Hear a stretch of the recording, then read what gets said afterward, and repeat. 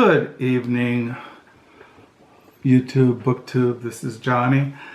Thought I'd make a video since I'm all alone here in my cell in the hermit hut. And I just thought I would just share with you some stuff that I've been sharing in my last video about the Beat Generation. And I thought I would just share some more about my interest in the Beat Generation, Kerouac, Allen Ginsberg, and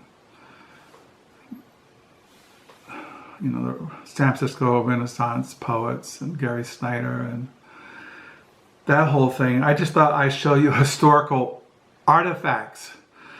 So I mentioned in my videos that I used to carry around a tape recorder and tape stuff, and this is the last tape recorder. This is the kind of thing I'm talking about. It has a little built-in microphone, I think that's what you call it. This is what I used, and you put a little cassette in there. Years ago when I was in seminary, I had one of these, and I was in a church in rural Mississippi, and just a little tiny little country church. And I always would put the tape recorder up on the pulpit, and I would turn it on, and I would tape myself. I have those tapes still downstairs. I still have them. And so I was at this church out in the country in Mississippi, and I preached the sermon. I greeted the people, and I got in my car, and I noticed I couldn't find my tape recorder. So I don't know. After I backed out of the little gravel parking lot, and I heard this crunch, and I stopped the car, and I had ran over. I had put, when I got into the car. Back then, Carol, we had an old Nova that Carol bought when she first got out of nursing school. And I had run over it. I had crushed it. So I think this is the second one. Now, I might have another one, but I think this is the last one I used when we were in Houston. And Houston, Texas. After I did my internship, we went to Houston I was in seminary in Jackson, Mississippi. I taped the sermons, and then we moved to Houston, Texas to do my internship in a PCA, Presbyterian Church in America church.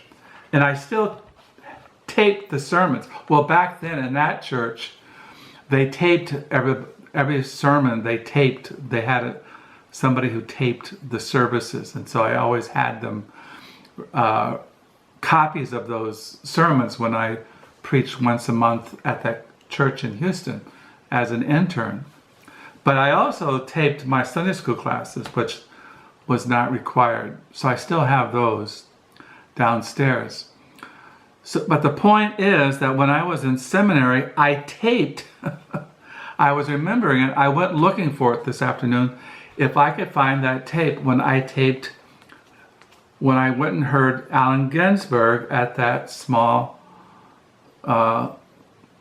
private black college. And first I wanted to show you, well, I found the tapes, and here I taped it. I show you, see, it says Allen Ginsberg last session poetry readings, 5/30/1986. So 5 would be January, February, March, April. It was in May of 1986 that I went. So I taped it, and I was listening to it on my boombox. It's very poor recording because I'll show you. I also took photos. I told you that I took a photo of Allen Ginsberg and me. There's when I was really young. And he was up the reading was in an old church, and it was steaming hot. You can see that we were drenched in sweat. There was no air conditioning in this church. It was on the campus, and it was an old wooden church. That's what and there was no fans, no air conditioning. It was a hot May night. And so there's Allen Ginsberg and me when I was really young. And there is, and so there was a stage, and Ginsberg was up there reciting. Here's another photo of him up there. And there's another photo. There's my theology award, 1986 awards, theology, Johnny Keene. I told you I won the theology award for my graduating class in seminary, and after I won it, I told the guy, I want it. I want a copy of it. And I never have looked at it in years. What's in the back? Well, in the back, it also shows who won the biblical studies.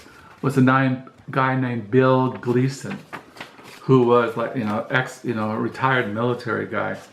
I think he was very, he was one of the first guys I remember who brought a computer, some kind of little computer thing. But that was Allen Ginsberg up there reciting, and he had a little accordion, like a little thing and then he had a guy behind him, a blues guitarist, well, he wasn't old, he was a black blues guitarist behind him.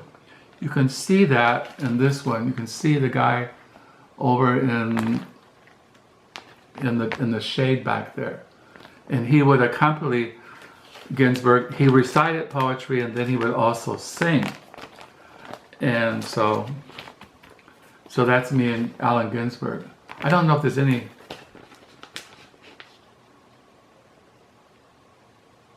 See, you can see another picture of the guy.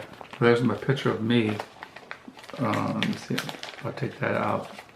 See, you can see the blues guitarist back there. I think he has. You can see the guitar. So that's Allen Ginsberg. So yeah, I took pictures. I recorded it. That's the way I was back in those days. It's like everything's kind of like history. So those are the Allen Ginsberg. I was really young then. I look back, I think I was 33 at that time. Yeah, I was in my early 30s. That was a long time ago. I think I wrote it down here. Let me see. I wrote it down. I looked it up on my time thing. It says, I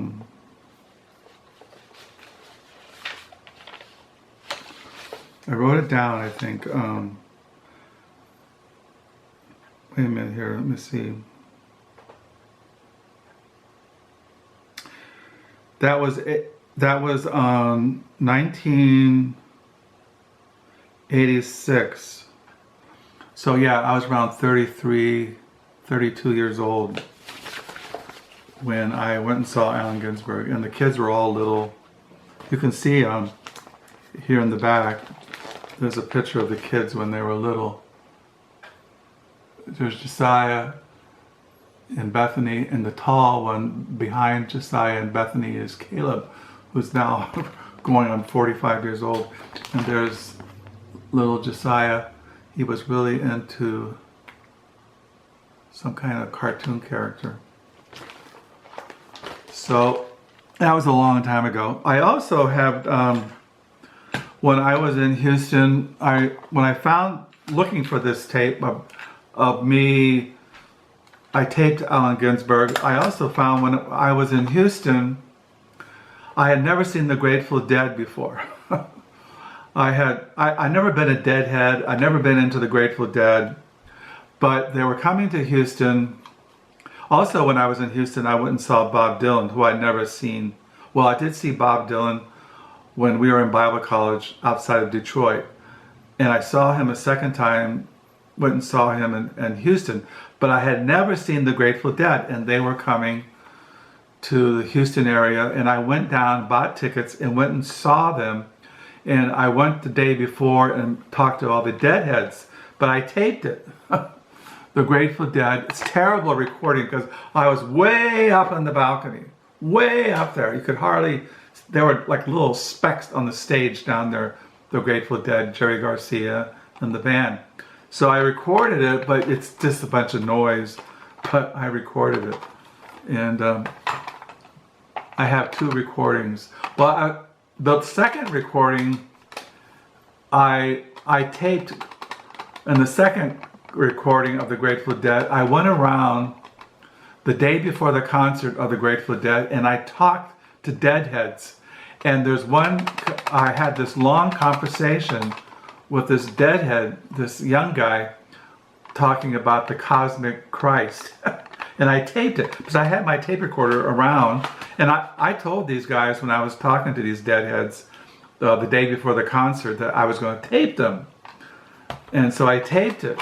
And I listened to it today, and it's very long, over an hour long. We stood outside, and there were all these Deadheads, and of course people selling t-shirts and all kinds of things, people camping, and it was just all these Deadheads and these people. And I recorded me and him talking on this little tape recorder. So yeah, one thing else when I was in Houston, today I have been reading Remarkable Collection of Angels, the history of the 6th gallery reading by David S. Wells. I've been reading this watching college football on mute.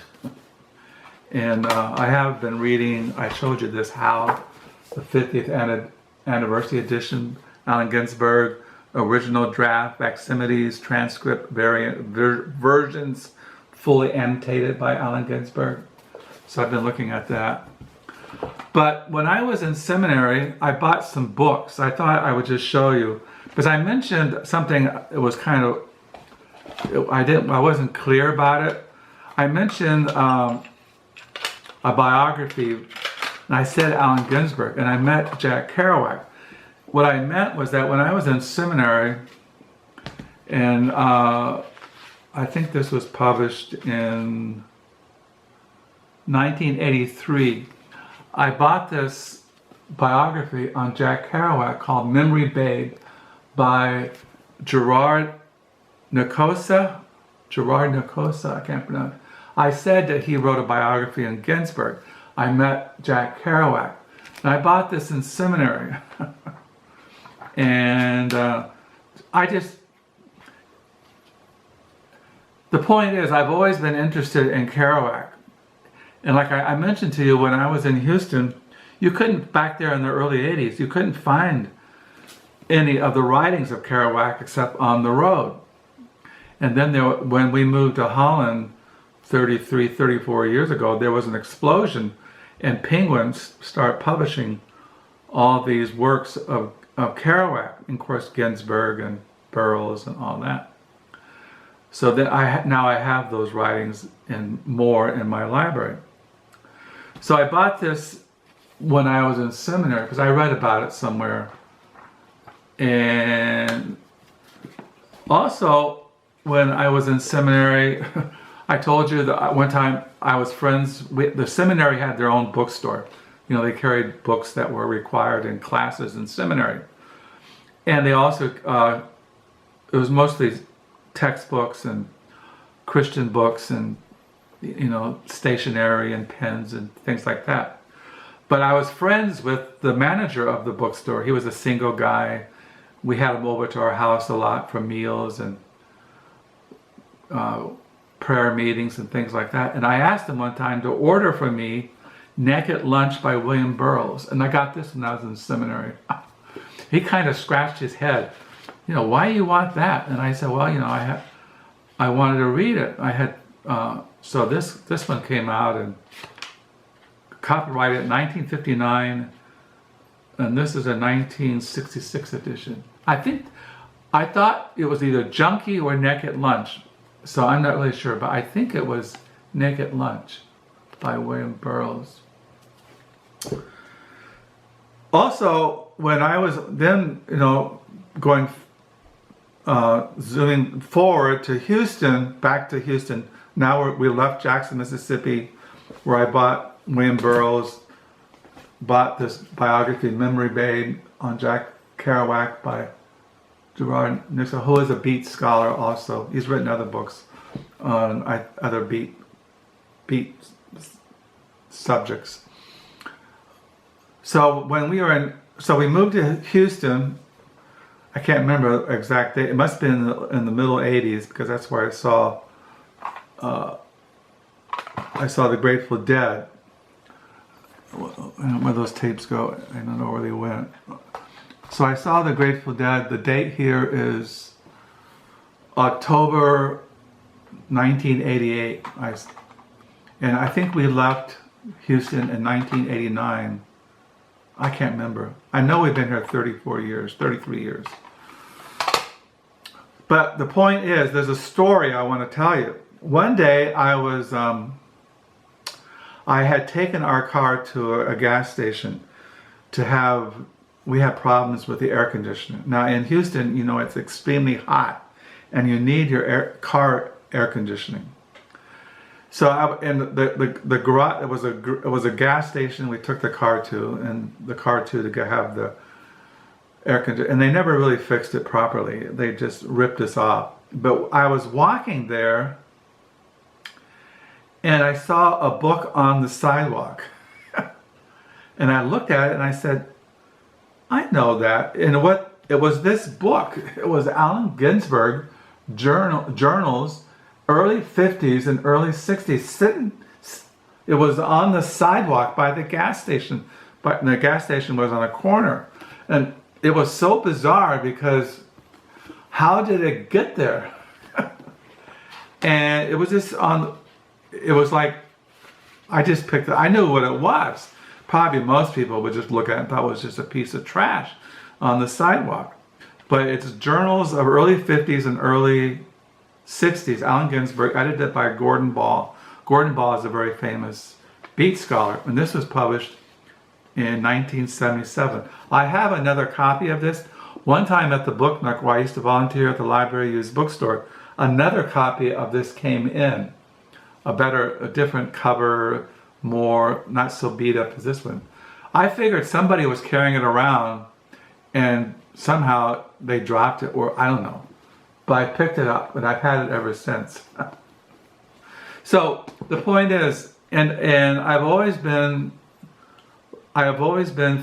running into the beats. It just seems to be always there, no matter where I'm at in my spiritual life. And like I have in my study, on the wall of my study is a poster that our daughter Bethany gave me many, many years ago when she was, I think, in high school. She gave me a poster of Jack Kerouac. And then I have a bumper sticker that our son Josiah, when he was out several years ago, he was on a road trip out on the West Coast, and he stopped at City Lights bookstore with his and he got me a sticker, or a bumper sticker, Howl, City Lights bookstore. So our kids know that I'm into the beats, Kerouac and Ginsberg, and of course Bob Dylan, and the whole San Francisco counterculture kind of thing. But even though I've always been a Christian, though, since I was like 18, 19 years old. But anyway, so I just thought I'd show you that. I don't remember reading this. I might have read it. I just don't remember. I haven't looked at it in years. I've always been more into Kerouac, not much into Burroughs, even though I do have certain things by Burroughs, but most of my beat collection is Kerouac and Ginsberg. So yeah, there's Ginsberg when he was really young. Maybe that's how I got into keeping a diary, was reading Ginsberg, and there's a picture of Kerouac and Burroughs. And so yeah, I know I read this. I think I've read this a couple of times. Memory Babe. It's a very famous biography of Jack Kerouac. There's a lot more other biographies have been written since that one.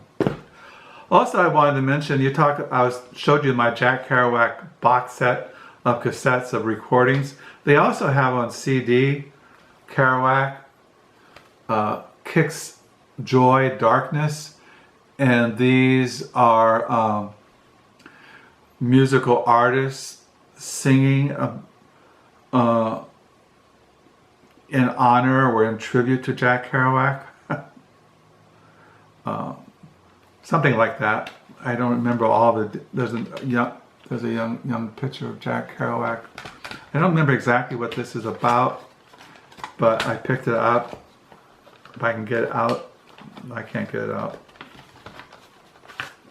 What is this? Is it a young picture of Jack Kerouac? I think basically what this is people being inspired by Kerouac and singing these songs in tribute to him. But I have that in my Kerouac collection. And then there's this one, Jack Kerouac Reads on the Road. I have this on CD. If you're into listening to Kerouac read on the road. So I just thought I'd show you my other stuff in my Kerouac collection. I have a huge Kerouac collection. Now, the reason why I got into Kerouac is being a writer. You know, he would not consider himself a beat writer. He considered himself as a true, authentic writer. And that's why I've always liked him. I didn't really care for his ethics, his morality, but his idea of spontaneous prose has always been something I've been interested in. But you can read Jack Kerouac Reads on the Road. And I think these are songs by different artists. It has here like Linda Lunch, Morphine. There's also Allen Ginsberg reciting a chorus from Mexico City Blues. There's William Burroughs is on here. John Kell. Johnny Depp is on here. And who else? Oh, Jeff Buckley, Patti Smith, Steven Tyler, people like that.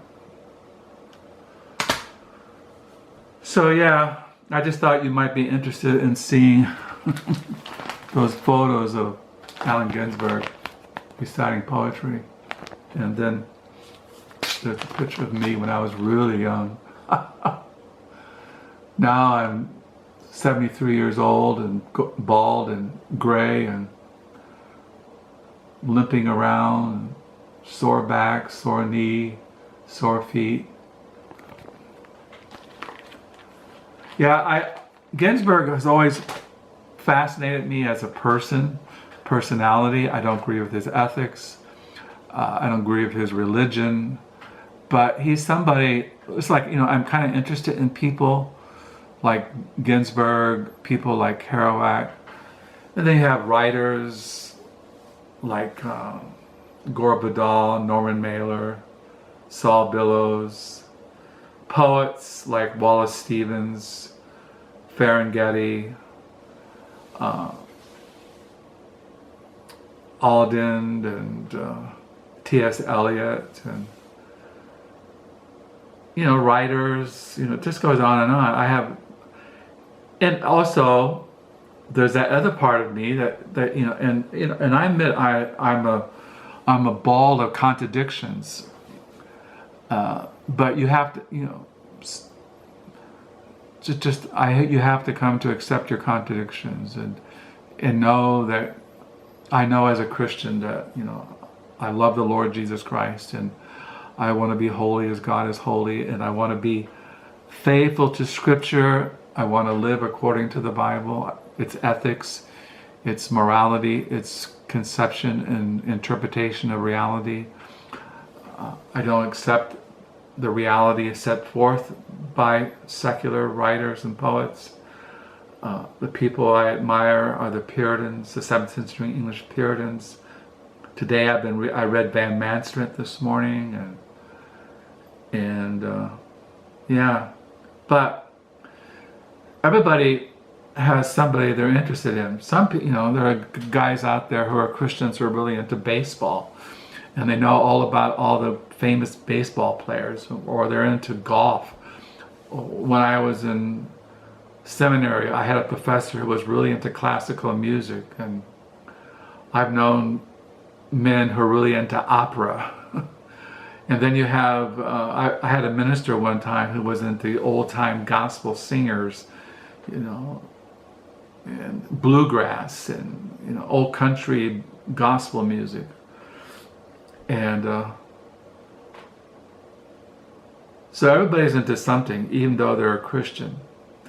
They might be even into trout fishing, or they might be into skydiving, or they might be into traveling to foreign countries or climbing high mountains. Everybody, even if they're a Christian, they're into something else. They might just be into eating food. Anyway, I just thought I'd show you these artifacts from my life. In my diary today, I'm on page 847 tonight. Been watching football, reading Remarkable Collection of Angels, and just drifting through the day. Tomorrow's a Sunday. And yeah, so that's what's going on. Nobody came to the door and asked me if I'm alive. SOS. I'm just drifting through the day, trying to keep my eyes on Jesus. Yeah, I was so surprised that night when, at the end of, when you graduate from seminary, you have a ceremony, and then you have a banquet, a dinner, and at the dinner, that's when I was announced that I had won the theology award. Johnny Keene. I could not believe it. I have never won anything in my life. Anyway, it's going on 28 minutes. This thing is weaving around. May the Lord bless. And until next time, bye.